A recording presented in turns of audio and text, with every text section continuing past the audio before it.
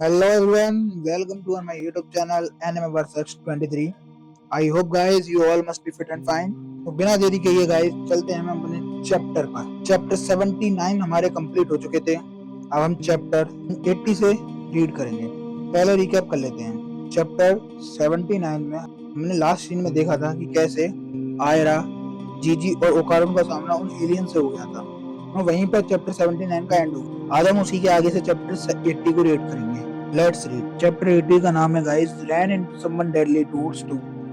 वामला और ओकारुन आमने सामने खड़े हैं। वामला मिस आयासे के घर पे खड़ी है और ओकारुन जाते हुए बोलता है सी यू टुमारो अगेन, देन कल मिलते हैं।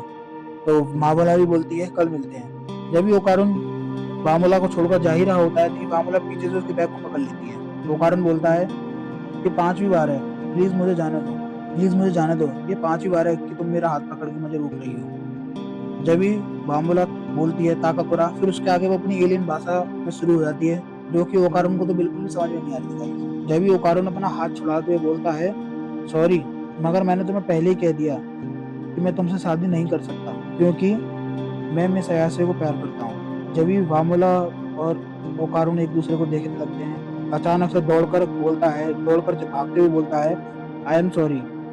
और वामुला चिल्ला रही होती है ओकारुन ताकाकुरा। जब ओकारुन इतना बोलकर इतनी स्पीड में भाग रहा होता है जैसे कि उसके अंदर जीजी की आत्मा आ गई है और भाग ही रहा होता है तेज तेज। और वो बोल रहा होता है, सोच रहा होता है मन में, मैंने आखिरकार बोल ही दिया, मगर उससे नहीं बोला जिससे बोलना चाहिए था।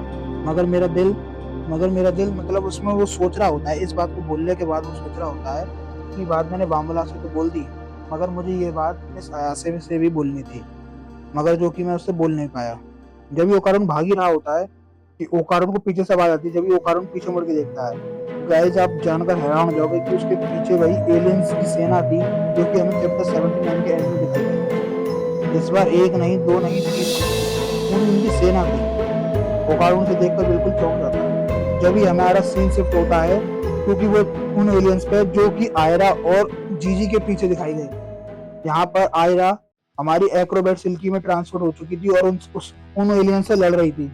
वो एलियंस मिसाइल से मिसाइल छोड़ रहे थे, बहुत स्पीड से मिसाइल छोड़ने लग रहे थे। जीजी तो बिना ट्रांसफॉर्म हुए ही भागने लग रहा था, उनसे बच रहा था क्योंकि वो बिना सोचे समझे तो फाइट करने लग रहे थे। कभी मिसाइल भेज रहे हैं, कभी कुछ, बहुत पेनफुल मचा रहे थे। मगर आयरा अपनी उनकी जी जान लगा के लड़ रही थी। आयरा बोलती है मैंने तुमसे कहा है ना, इन चीजों को जब मत करा करो जब मैं स्कूल की यूनिफॉर्म में हुआ करूँ। मैं तुमको बता रही थी स्कूल की यूनिफॉर्म में मतलब वो कंफर्टेबल नहीं लगती है आयरा को। जब भी एक एलियन इनमें से कुछ पैनल सा निकालता है जिसमें आयरा का जो पैर होता है वो उसमें फंस जाता है और उससे निकलने की वजह से आयरा उसमें से बहुत जोर से निकलती है, जिसके कारण क्या होता है वो ब्लास्ट हो जाता है वो पैर।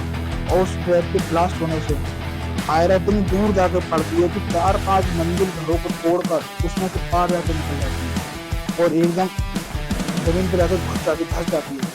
जमीन में से गाइस एक एलियन लॉन्चर से कुछ लॉन्च कर रहा होता है जिसमें से बहुत लंबी बीम निकल रही होती है। आयरा उससे अपनी बचने की कोशिश करती है।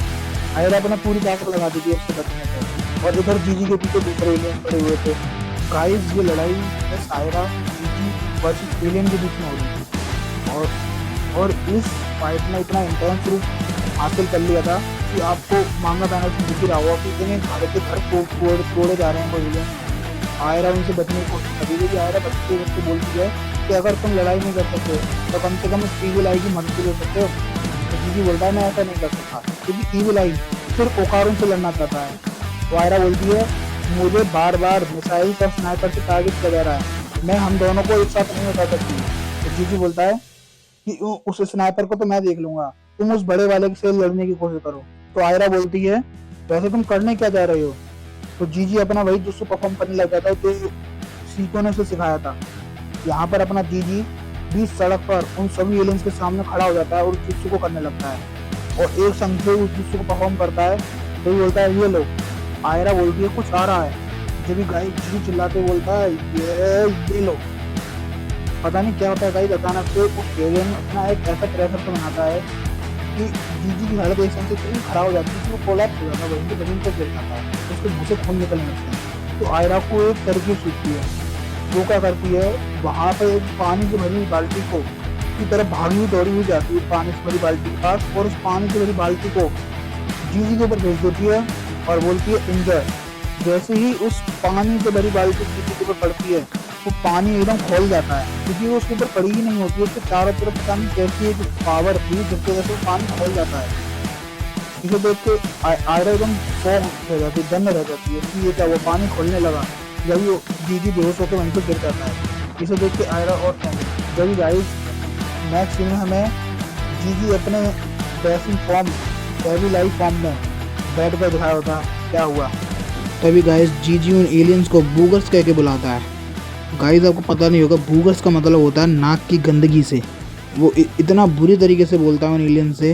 जब यहाँ पे हमारा जीजी की एंट्री हो जाती है हेवी लाइफ फॉर्म में, गाइस यहीं पर चैप्टर 80 का एंड हो जाता है। मिलते हैं गाइस अपने नेक्स्ट चैप्टर में। वेट करिए एंड लाइक एंड सब्सक्राइब करिए और देखते रहिए एनिमे वर्सेस 23 पर। Thank you.